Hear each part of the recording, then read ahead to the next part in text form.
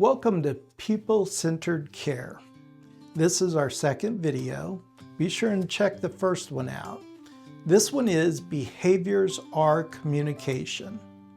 Now maybe you're sitting at a kitchen table in Arizona and your dad is asking you the same question 6 times in a row. You answer him. A few minutes later, he asks again. By the 6th time, you're frustrated. You think, Dad, I've just told you that. Then you feel guilty because you know he can't help it. But here's what I want you to understand. That question may not be the problem. It may be communication. When someone is living with dementia, they may lose the ability to clearly tell you what they need, what they're feeling, or what they're worried about. But the need doesn't disappear. Sometimes the behavior becomes the message. That's one of the most important ideas in people-centered care. Instead of asking, how do I stop this behavior? I want you to start asking, what is the behavior trying to tell me? What is it communicating? Let's go back to the dad at the kitchen table. Now he's asking that same question over and over. Instead of looking only at the repetition, start looking for a reason behind it. Is he anxious? Is he looking for reassurance? Is he confused about what's happening next? Is he worried about an appointment? Is he simply trying to connect with you? The repeated question is giving you information. And once you start looking for the information, you can respond differently. Maybe instead of answering the exact same question, you say, Dad, you're safe. I'm right here. Or, you're worried about what's happening tomorrow, aren't you? Now you've responded to the need behind the words. That's the shift, where we're not just managing behaviors, we're understanding the person. Now let's look at another example. Let's say your mom refuses to take a shower. You tell her, Mom, it's time to take a shower. She just says no. You try again. She becomes angry. Now everybody's frustrated. It's easy to say Mom is refusing care. But let's get curious. What if she always preferred taking her shower at night? What if the bathroom feels cold? What if she's uncomfortable with someone helping her? What if she doesn't understand why her routine has suddenly changed? What if she feels embarrassed? That refusal is telling you something. Now your job is to figure out what. And sometimes the solution isn't getting the person to cooperate. The solution is changing the way we're approaching that person. So try giving her a choice. Would you rather shower before dinner or after dinner? Give her time. Give her privacy. Change the environment. Get that bathroom nice and toasty. Change the routine if the routine isn't working. That's people-centered care. You're adapting the care to the person instead of forcing the person to adapt to the care.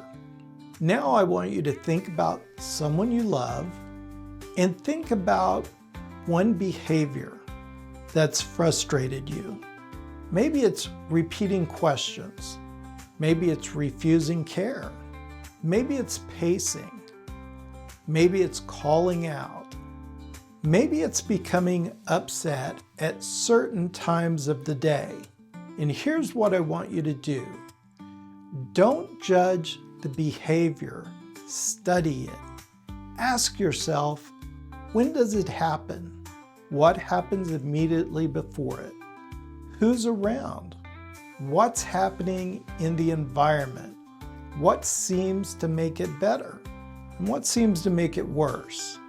And most importantly, what might the person be trying to communicate? Now I want you to pause the video and think about that and write it down. When you're finished, let's keep going, because there's another part of this that families often miss. The environment itself can communicate. Now, imagine your mom becomes upset every time she goes into the dining room. Well, it's noisy and people are talking, the television is on, and staff are moving around. There's bright lights and a lot of activity. You might conclude mom doesn't want to eat. But what if mom is simply overwhelmed and overstimulated? Try moving her to a quieter table. Reduce the noise. Give her a calm place to eat. And suddenly, the behavior may change. See, the person didn't change. We changed the environment around the person. That's why I want you to become a detective. Watch for patterns. Behaviors happen for a reason. Sometimes that reason is physical. Sometimes it's emotional. Sometimes it's the environment. Sometimes it's simply the need for connections to a person's history. Maybe mom spent 40 years getting dinner ready for her family. So every afternoon around 5 o'clock, she starts looking for something to do. Maybe she says, I have to get home. The kids will be hungry. Her children may be grown. You may be one of them. And she may be 80 years old. But the feeling of being needed can still be very real. Instead of correcting her immediately, you can connect with that part of her. What was your favorite meal to make your family? Tell me about your kids. Now, you've moved from arguing with the behavior to understanding the person. And that is the heart of people-centered care.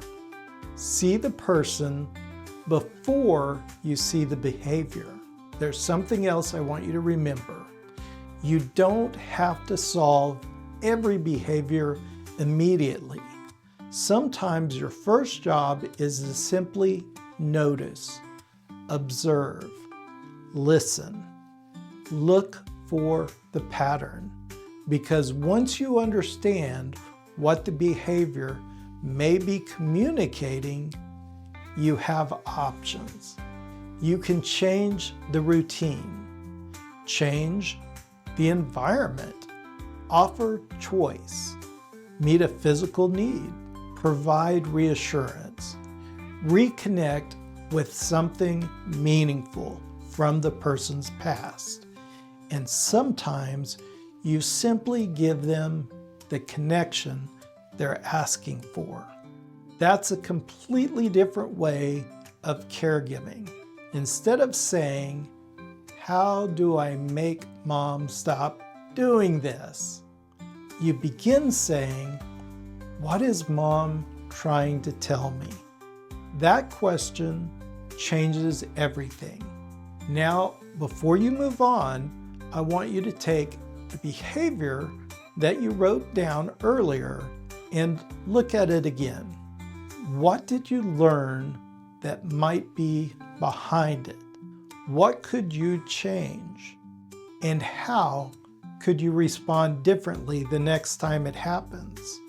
Pause the video and write down your answer. When you're finished, you'll have a practical way to look at one of the behaviors you've been struggling with, and there's one more thing I want you to notice. Once you've started looking for messages behind a behavior, you're going to run into a problem. You're going to know mom is confused. You're going to know that she's afraid. You're going to know that the facts aren't right. And your instinct is going to be to correct her. Mom, that's not what happened. Mom, I've already told you. Mom, your kids are grown. We do it because we think we're helping, but sometimes the correction is what makes the situation worse. And that's our next conversation. Why correcting mom makes things worse. If you've liked this content, please like and subscribe, tell your friends about us, and join us back here for the next talk. I think you're going to like it.